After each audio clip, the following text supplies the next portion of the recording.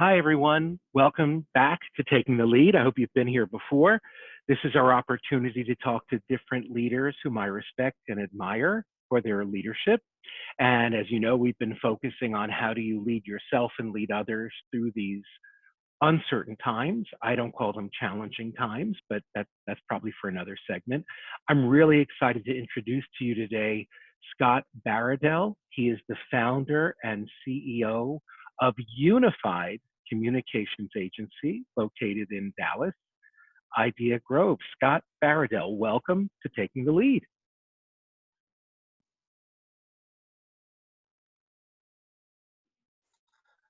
Thanks for having me, Ken. It's been great working with you over the years, and I appreciate you inviting me. Oh, it's great to have you here. So we're, like everyone today, we're having internet and Zoom fun. So we'll see how this goes.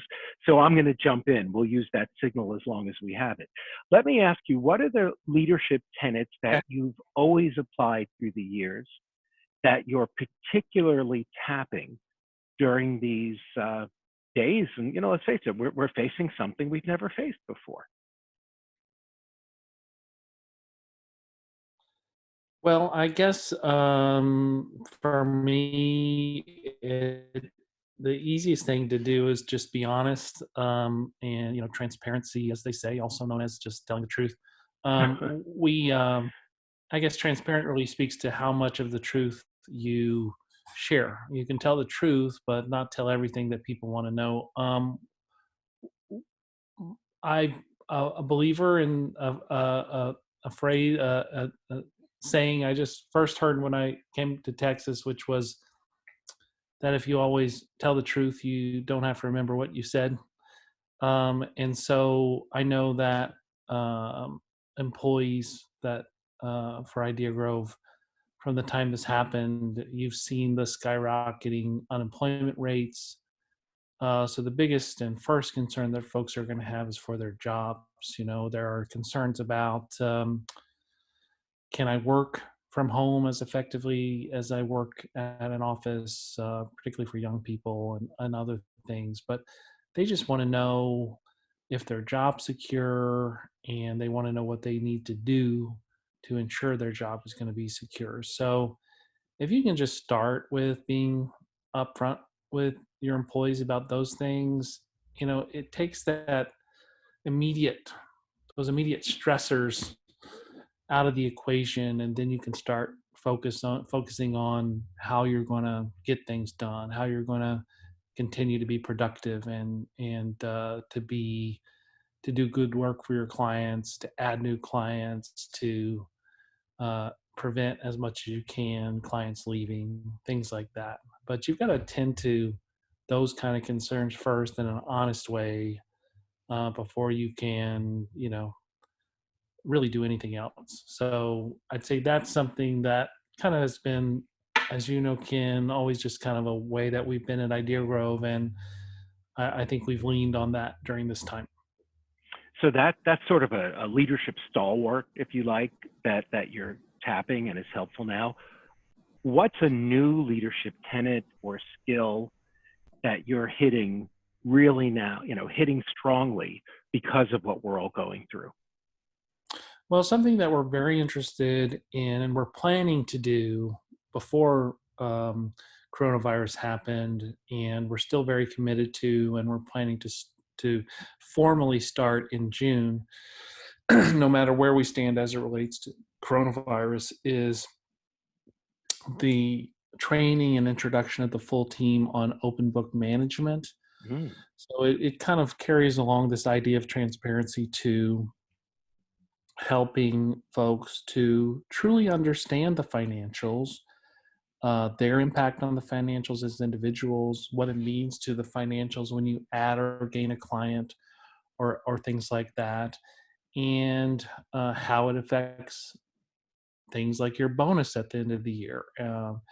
We have all read recently the Great Game of Business, that book, which talks about business as, if you treat it as kind of a game to win or lose, and you introduce open book management to keep score of the game, then folks really it's much easier to take people beyond this idea of, oh, I like my job or I log 8 hours a day or whatever, to what, as a person who works here, do I need to accomplish for us to reach our goals? And so I wish that we had, uh, you can't just start throwing numbers at 22-year-olds, right?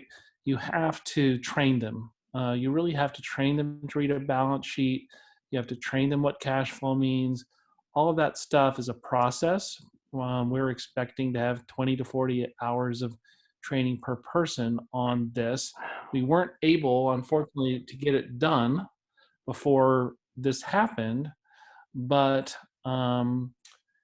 as much as possible, we're just being very transparent about financials. And then I think that as we continue forward and give people a more in-depth knowledge of the financial levers and the things that are important to us to be successful as a business and they have control over, the more and more of that we do and share, the more aligned we'll be as a team. So that's our goal.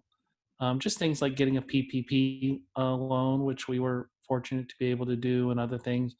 We're sharing as much of that information and the implications of that as we can with the team as those developments happen. And I think people feel really reassured when you're, that forthcoming. We've one last thing that relates to that is we used to have biweekly, staff meetings every 2 weeks, and we're having those every week now.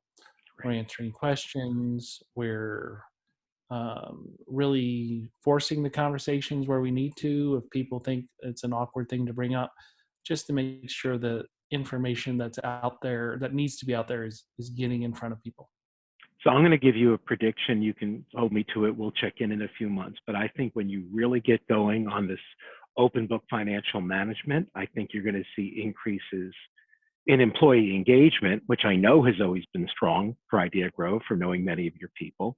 But I absolutely know you're going to see it in new business growth and profitability. There's data all around, and not just agencies, not just communications, where companies where there is more of this financial transparency do see greater levels of engagement and loyalty and retention and fiscal performance, stock price improvements. So I think it's really wise. Let me ask you a fun question. You've got 5 coworkers at home, and if my math is right, 4 of them are under 12, right? That's And another on the way.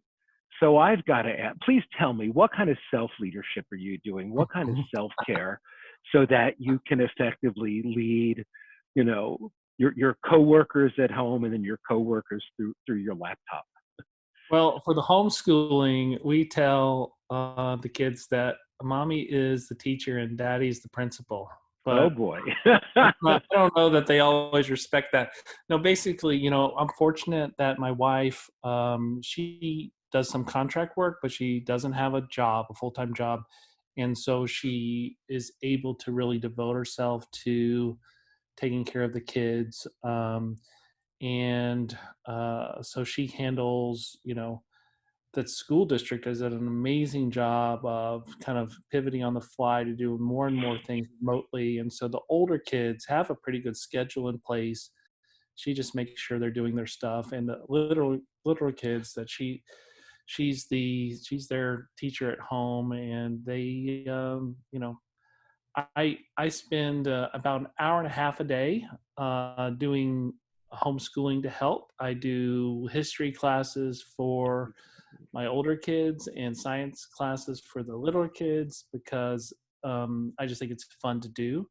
Um, Personally, I've never had a schedule, and so it's not unusual for me to get up in the morning at 6 o'clock and be working on stuff. And so taking a couple hours in the middle of the day to help Mary out, my wife out with this stuff, it's actually been a joy for me. I've enjoyed it. I thought about becoming a history teacher before I became a journalist and then a PR person. Really? So I enjoyed talking about this stuff a lot. So I've just embraced the fun part of it. I it helps, when you really enjoy what you do. And so I never consider it a burden or a pain to be working on stuff for Idea Grove early in the morning or at night. The great thing is I feel actually less guilt about those things than I might have before because we're all together. We're all That's great. together. I mean, there's never an issue of not having time together. And so I don't know. I've just tried to embrace the positives in all this, and that's for family and for work. I've been able to produce more content than ever before for Idea Grove, or than in many years. Um, the team has embraced remote work really well, and I'm spending more time around the kids. So all in all, there have been a lot of good things that have come out of it. That's great. That's wonderful. And I think there's a great lesson there in our perception of things. And if we look for the positive, we will see them.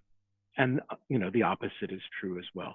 This has been great fun, as I knew it would be, and to spend a little time with you because it's been a while.